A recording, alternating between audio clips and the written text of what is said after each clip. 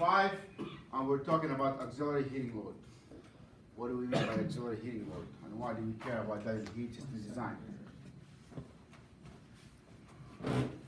We are trying to see if we are going to use spa, hot water system, or a pool. These heat load calculation will be the same, and will be required for you to add into the system. So we'll talk about that a little bit. We did some of that last semester when we talked about domestic hot water. This time we'll talk about heating a pool, a spa, or indoor pool. So we'll talk about the heating water requirement. What would we use the hot water for in the house? That would be what? What would you use hot water in the house? Shower, dishes, laundry. We said last semester from part 1 of this class is sometimes you can buy a machine that has its own heater, which is more efficient than adding that into your appliances.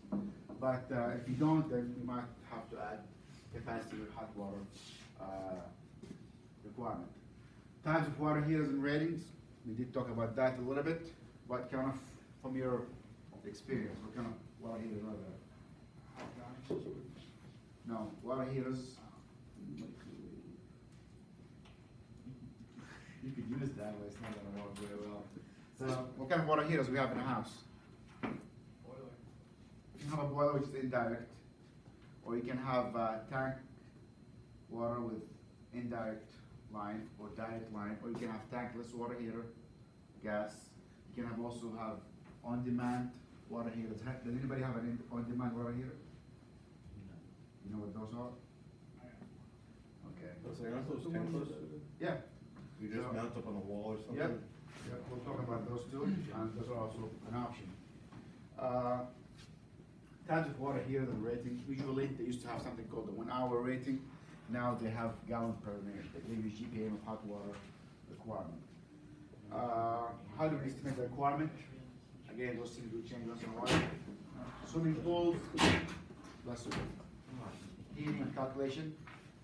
If you have a swimming pool here, probably you will want to heat it at some point because it doesn't get warm until June or July.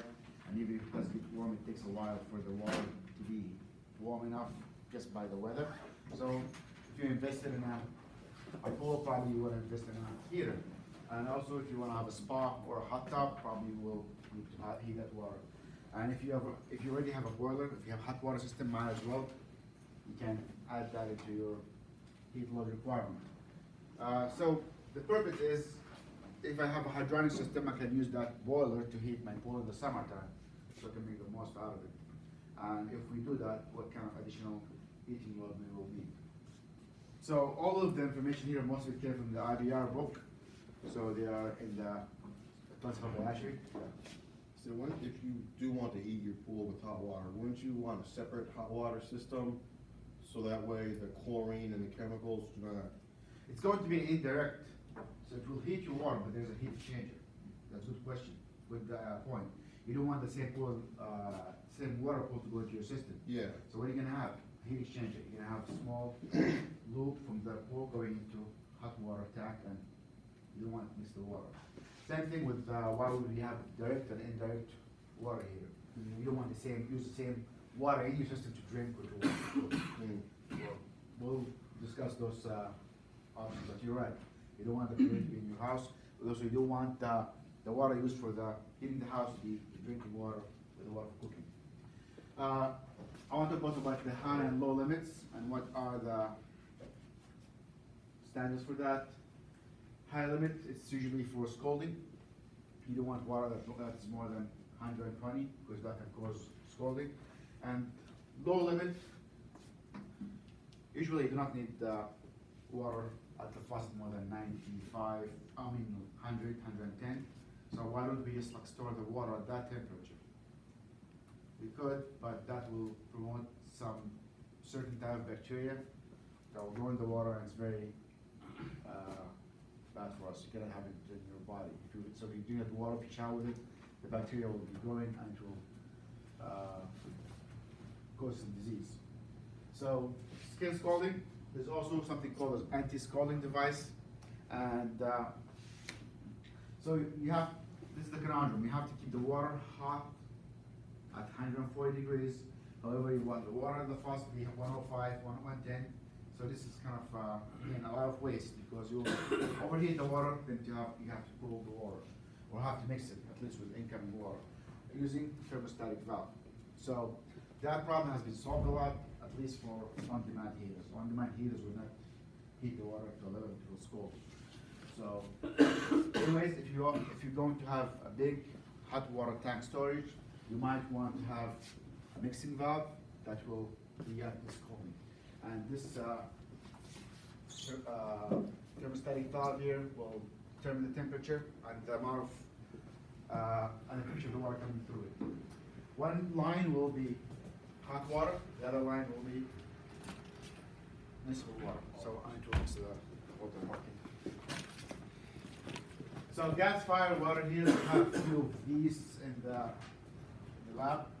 So probably you'll have the gas range at the bottom here. And does this look familiar at all? I'm sure a lot of people have that. We have that. I have that in my house. And it's basically a tank. There's a lot of water in here, and the flue gas will go through it, and the heat will be from the bottom and also from through the flue gas. So you have an independent hot water tank that is not connected to your boiler, but there is combustion going on here, either gas, and sometimes you see those with little gun burner in it for oil. You can use oil to heat the water. And of course, there's always a thermostat, and you want to keep the temperature at around 140. So this is an independent gas tank, and cold water coming into the tank, mixing in from the bottom, because this is where you're gonna get the heat. It heats up and goes up, and you always need a vent, because if water comes in, if you want to draw some water, you're gonna have some air coming in. Relief valve is for in case the thermostat low and the water keeps boiling, you want to build up a lot of steam. The relief valve fails, you're going to build up a lot of steam, a lot of pressure, and that will cause the tank to explode. So this is a gas-fired water heater. It can be also electric, where you have a heating element inside, or it can be oil. Any question about this? So this is the independent tank with its own heating element. Indirect water heaters. Those are connected to your boiler, as Dave said before, but you will have to turn on the boiler to heat the water that goes inside the tank. And always, you don't want to mix the two kind of water. You don't want to mix the water coming from the boiler and going to your heating system into your drinking water or shower water. So it's indirect. There's a coil for the water that goes up, and probably you'll do the same thing with pool water. You'll put the pool water in a tank, and it will circulate throughout the tank to heat the water. So you don't want to mix two fluids. Advantages of this kind of water heater: you do not mix the waters. Again, drinking water will be by itself. For the washing dishes, for the laundry, for cooking, it will be washing hands. They'll be not mixed with the incoming water, which will enable you to use antifreeze for the heating space. Why would you use antifreeze? Because in January or February, temperature will drop really low, and it's good to add some additive to prevent the water from freezing. So you'll have that advantage. And one boiler is used to heat the house and also to heat the water. So they figured out that usually in the morning you do not need to heat the house. So you stop the boiler from heating the house and you heat the water, because usually people get in the morning and they shower. So you can switch that capacity from heating the house to heat the water. There is no need for heat source for the domestic hot water. It's coupled with the boiler. However, its advantage is the boiler has to run even if the house has no need for heat. So in the summertime, you're running your boiler, and it will be cycling a lot, depending on how much hot water you use. So it's better to always, if you have a new system, it's better to have an independent hot water, because you will see your gas bill goes really low if you have an independent hot water. Otherwise, your boiler will still be running, even though the house is not heated, I know I'm using it for hot water. Couldn't you put like tankless system, like you were saying, the little tanks underneath Yeah. like the kitchen Those- sink or those- something, and those- then shut your boiler off for the summer? Those tankers are amazing, Yeah. and they used to be more expensive, but now they're very economical, and they come in different sizes. I have one in the office, is this big, very small, as big as this box, and it will supply 1 gallon per minute, which is enough to wash your hands or do your whatever work. So you can put one in the kitchen, one in the bathroom. Some of them some people put it for the shower too. Actually, in South America, I've seen in some places they have a heater in the shower. So the shower will plug into the wall, and it will heat as it goes, right away. And that's very, very economical because the less distance you have from the heat source to your demand, the better, because you're not losing the heat. So heating the shower head is actually a good idea as it comes out. And it heats up the water enough just by touching it? Yeah. It screws Yeah. onto the head, right? Yeah, Yeah. and the wiring is completely like sealed, so there is no chance of electrocution. But I'll tell you that. You never know. Yeah? She can showers, water thing. So I've seen, I looked at the shower head and had like wires coming out of it. What's going on here? It's kind of sketchy.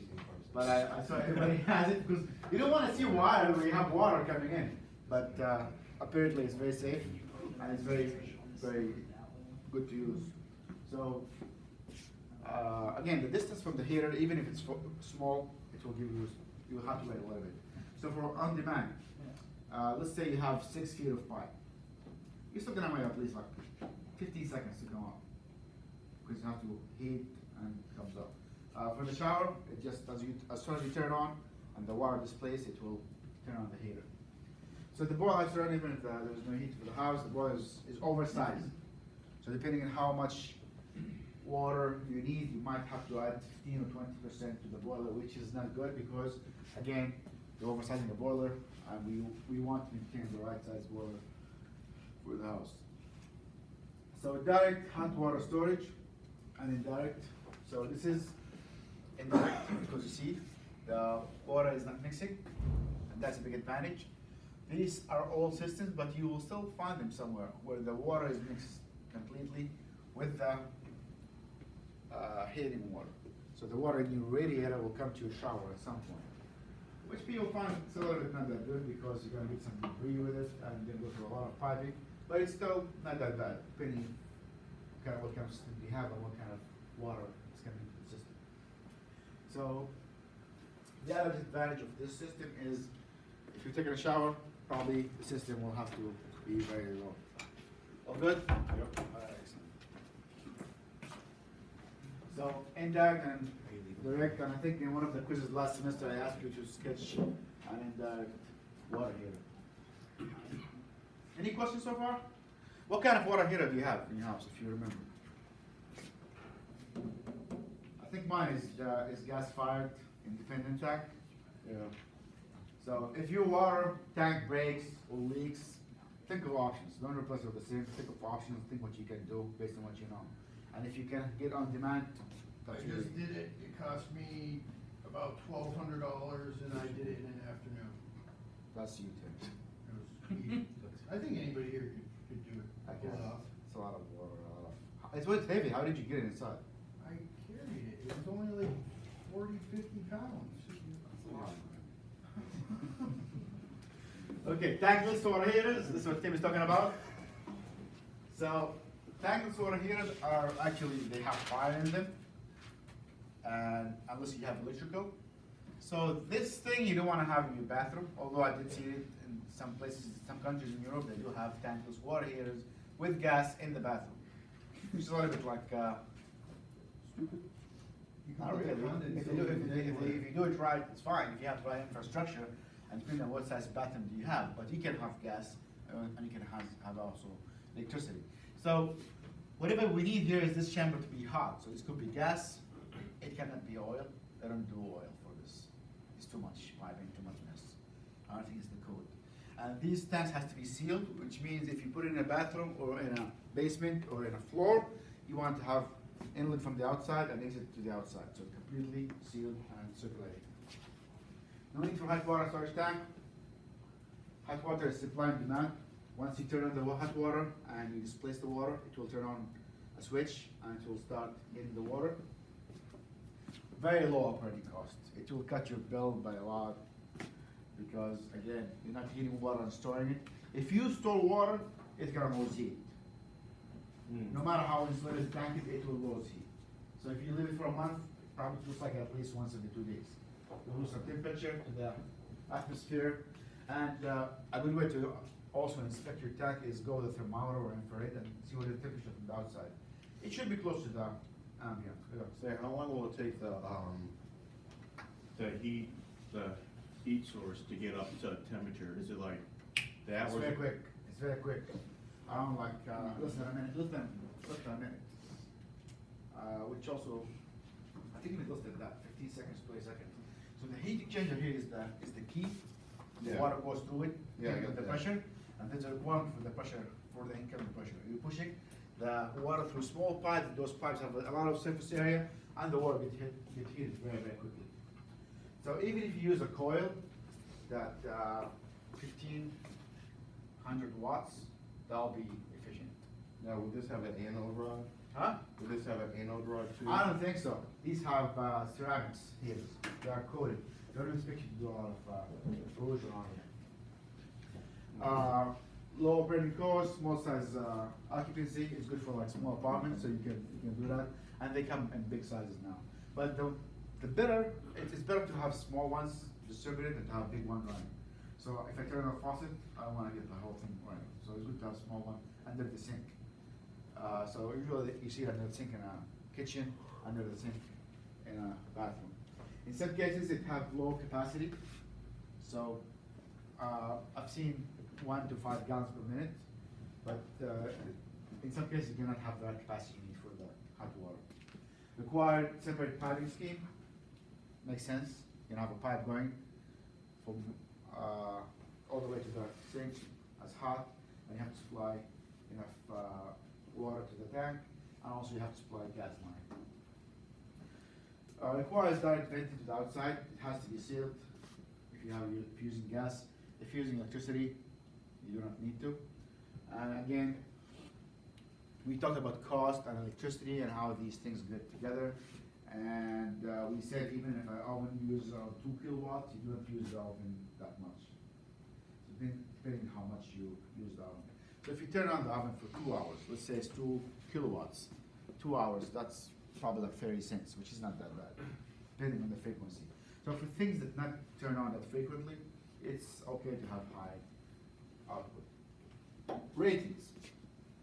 So there's something in the past used to be called the first hour rating. That is not used that much anymore.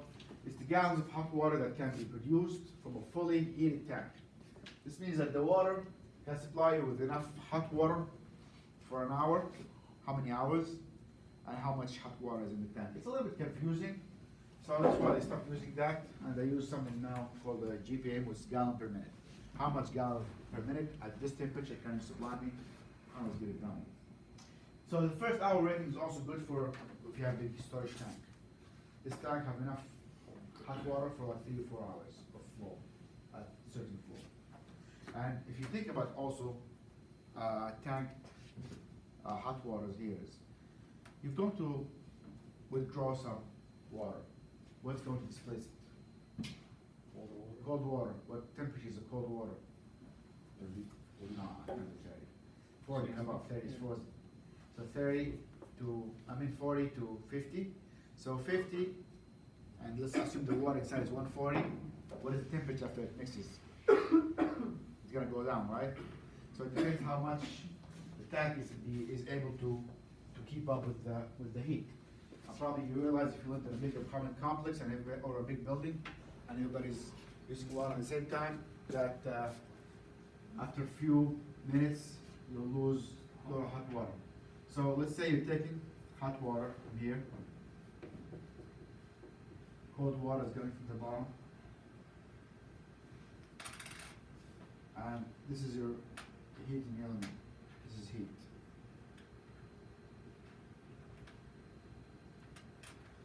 So what happens is the cold water will come in. Let's say this is here at 140. And this is at 50. And this is heating by at least 2,000. Use 1 kilowatts, 3,000, 2 kilowatts, 3 kilowatts, 4 kilowatts. Let's say around like 2,000 BTUs.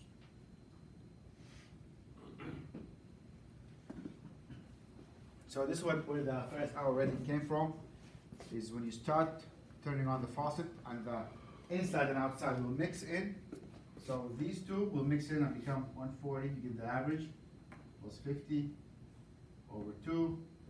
So you're gonna get 190 over 2, which is 95 degrees, which is not that good, is it?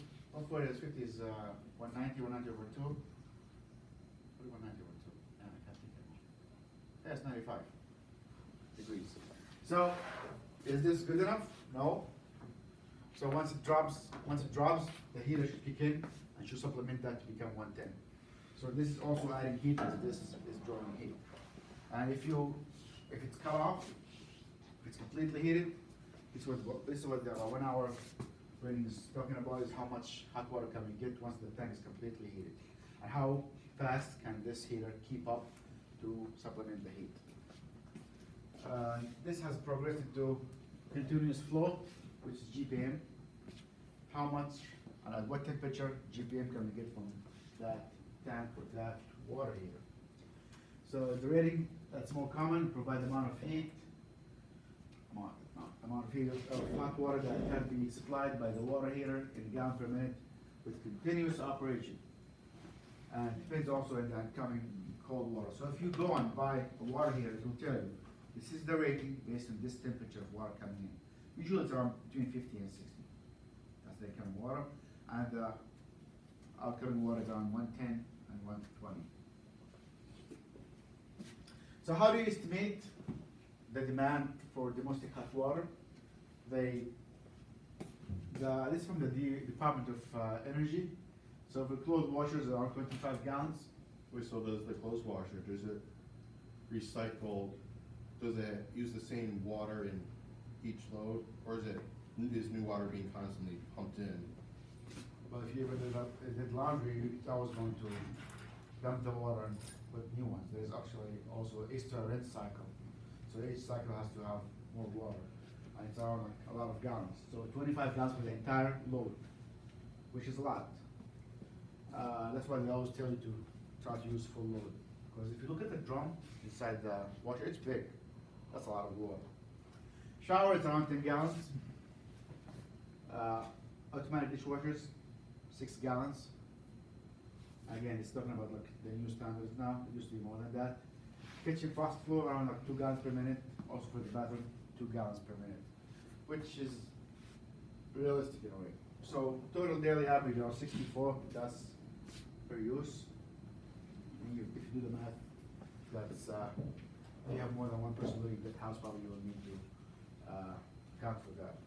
So this is the forms in the book. Based on how many times you're going to use the shower, you can put in the numbers. Shaving, say it's like 0.5 gallon per minute, 0.05 gallon per minute.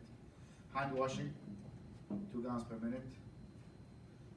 They expect you to wash your hands for 2 minutes. Sit there, lather. You don't? You have to. It's pure. Automatic dishwashers, 6 gallons per minute. Clothes around 7. That's an average. So you can add those up and see how much are we going to use for water. Again, it depends on how many people live there. Probably for one person, you will do laundry once or twice a week. For a big family, you do more laundry. So if you're gonna do a lot of laundry, it's better to invest into like a washer that has its own heater, so you don't have to worry about that and account for that within your heating system. Any questions about domestic hot water? I will start the pool. Hopefully we'll be able to cover that. Swimming pools and spas. And you'll be surprised that there's a lot of houses here that has pools and spas and indoor pools. And how do we size for that swimming pool and spa? And it's a big deal because it's some of the things that a little bit challenging for people to estimate. And if you guesstimate it and it doesn't work very well, people are going to be upset. And the function of the pool has been dropped because you're not using it. So, let's think about that. Water heat capacity. It's very high, right?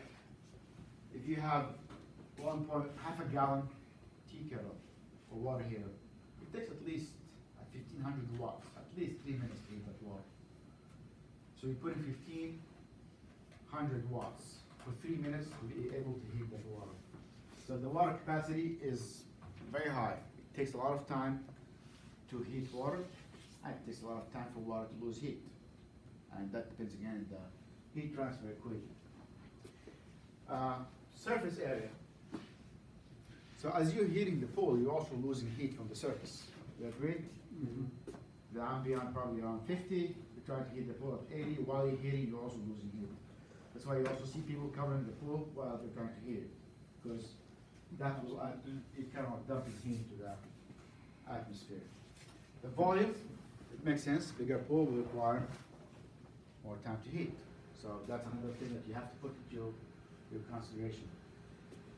Depth, that's something also get a little bit overlooked, that the depth is not the same, and that goes into calculating the volume. So we usually try to get the average, which is you go to the shallow end and you measure the depth, and you go to the deep end and you measure the depth and you average. And sometimes you have more than one steam and one end of depth. Let's look about that. Look at that. So this is just basic geometry and how to estimate areas. We know the area of a square, length times length, very length square. And for rectangular, is length times width. That's very easy. It gets a little bit interesting when it comes to elliptical pools. A lot of pools are elliptical. And we have circle is easy, which is pi r square. But this is the equation if you need it. And this is for elliptical. So for elliptical, you're going to go with the long part, call it A. The narrow part is called B. And apply this equation. So if you want to get the volume, what is the volume? Volume is always 3D. It's 3 things in a volume. So this is your rectangle, this is your surface area.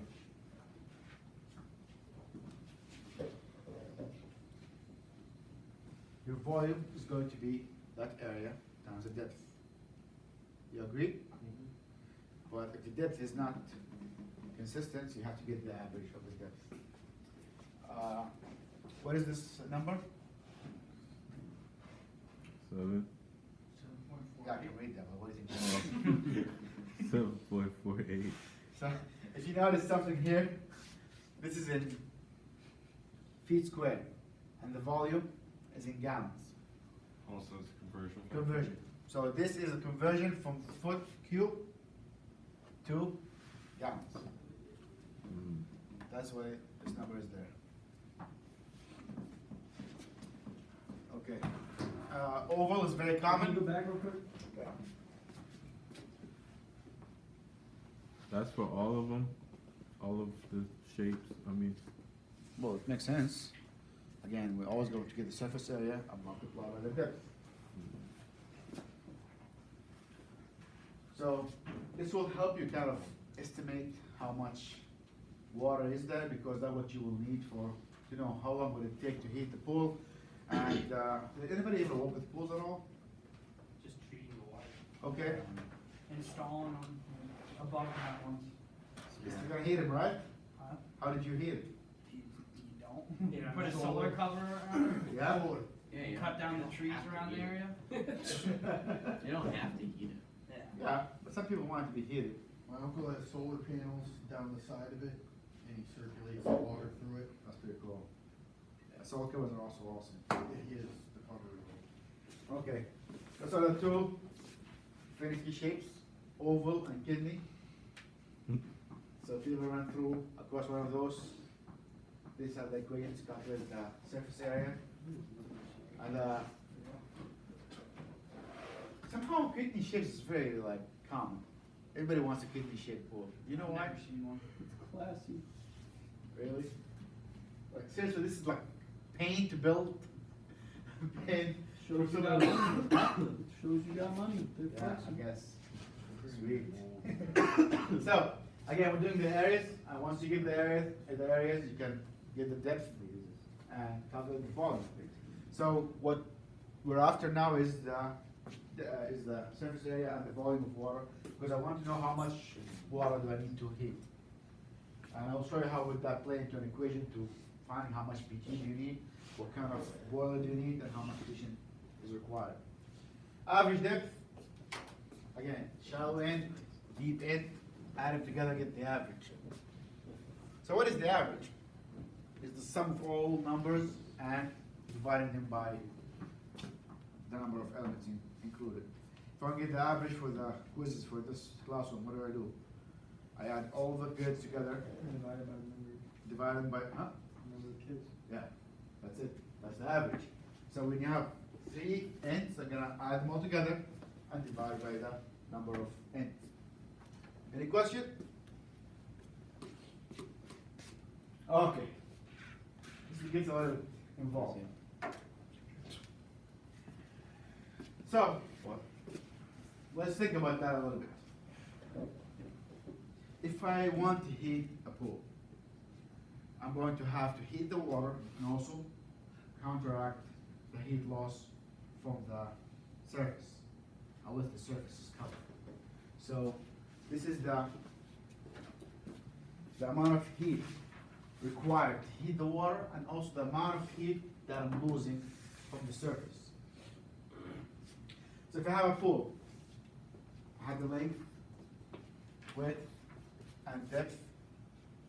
It's constant. It has to be heated from 50 to 75.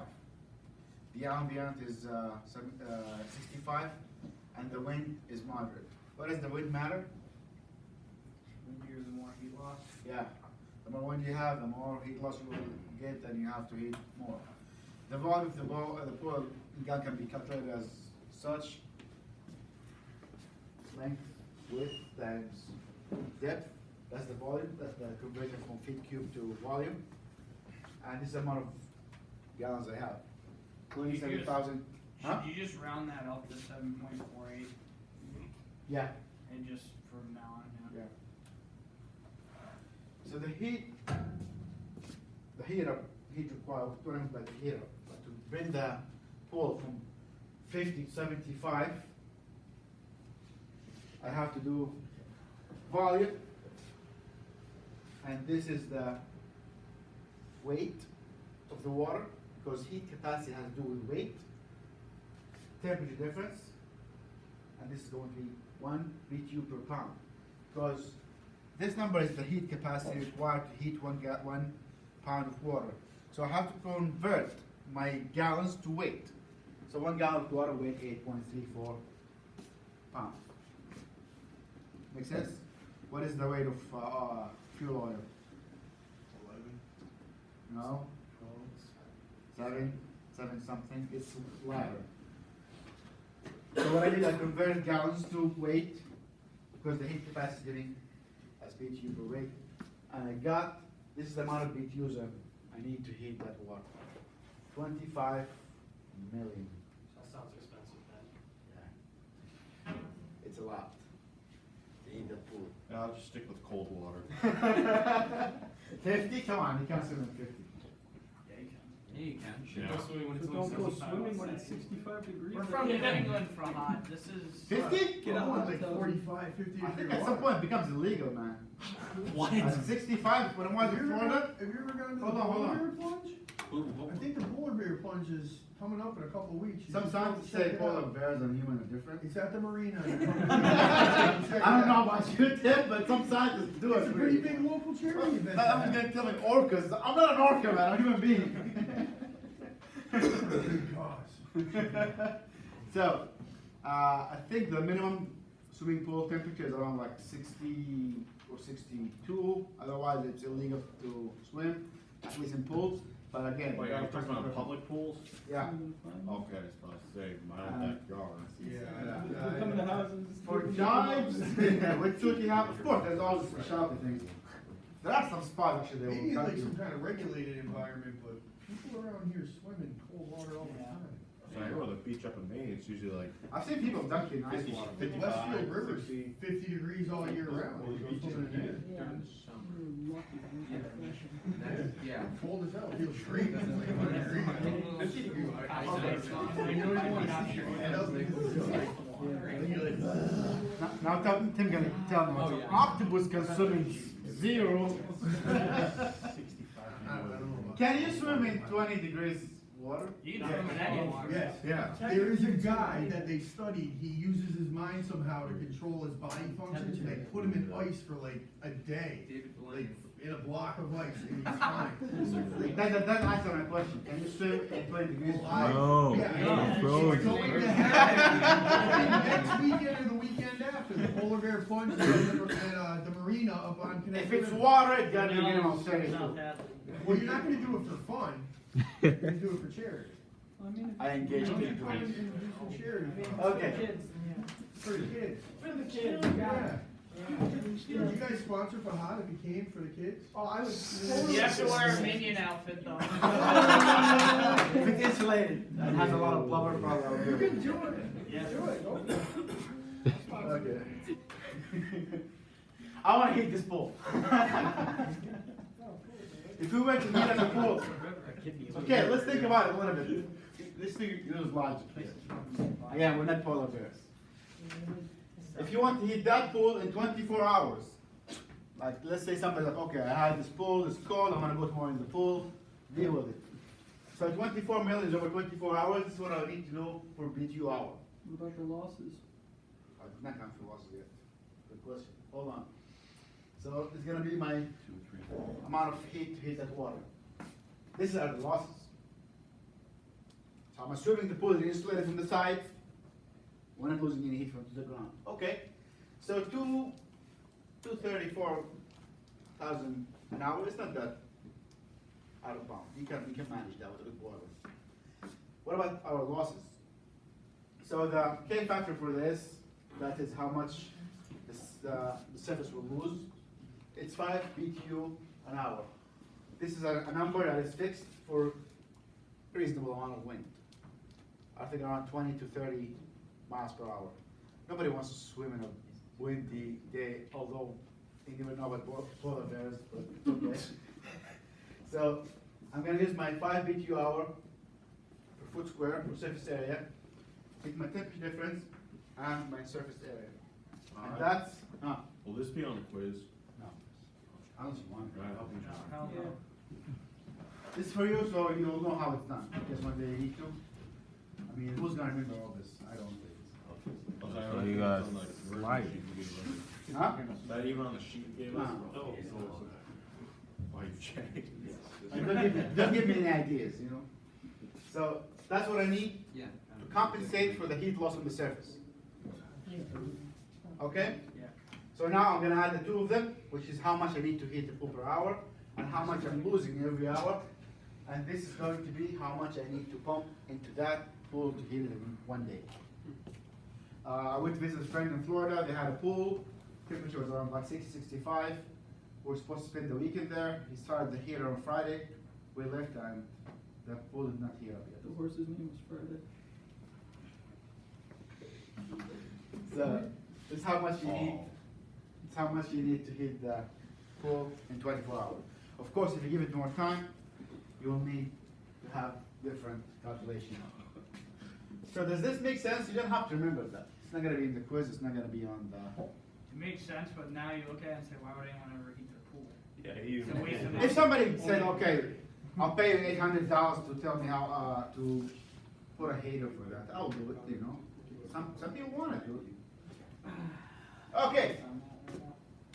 If you don't want to do the math, I did it for you, so you can print that table and look it up. I'll do that for my quiz next time. So, let's look at the table. So you can print that table and have it with you if you're gonna be working with pools.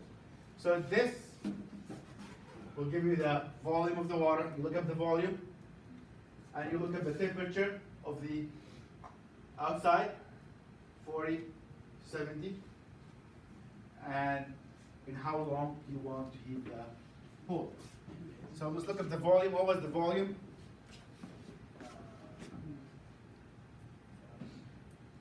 Was 2,700 gallons. And if you notice here, they give you an average of pool depth, and the target water temperature is 80. So we'll fix some values and wind around 3.5 miles per hour. Up and down, you're gonna ballpark it, but at least you'll be within reason. So if we have 2,700 here, and the outside temperature is 50, we're around those two numbers. So you can ballpark how much BTU you need without doing all that math. So I did that for you, so you can look at it and just have a nice estimate. And how much you will need for 12 hours. For 12 hours, we go all the way here. And from 50, it's how much I need to pump to heat it in 12 hours. In 24 hours, it's gonna be around these two numbers. Okay? Maintaining a pool temperature. So let's say the pool is already been heated. I want to maintain the pool temperature. What am I fighting against here? Put the cover on. Yeah. If the cover is not insulated enough, let's say it's not covered. So this is how much I need to maintain. And if you notice, I'm only considering the surface area.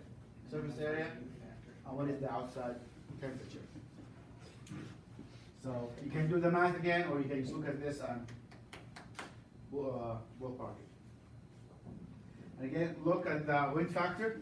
If it's less than 3.5, you're going to multiply by 0.75. If it's more than, if it's between 3.5 and 5, you go to 1.25, which is a factor. You multiply whatever you get from here by that factor. And more than 10 miles per hour, I don't know why would you want to be in a pool with more than 10 miles per hour, but you double the requirement. If you have indoor pool, we have surface area. So what happened is, if it's an indoor pool, we're assuming that the room temperature is around 70, right? So that will change some things a little bit. This is how much it's required to maintain and to heat the pool from 70 to 80. Because the room is at 70, we're gonna heat it by 10 degrees. If you swim in any Olympic pool, it's probably between 78 and 80. This is how comfortable the water will be swimming. Indoor spas, so spa usually between 105, 110, 110 or 105. Giving a heating time, how much of a volume versus the time.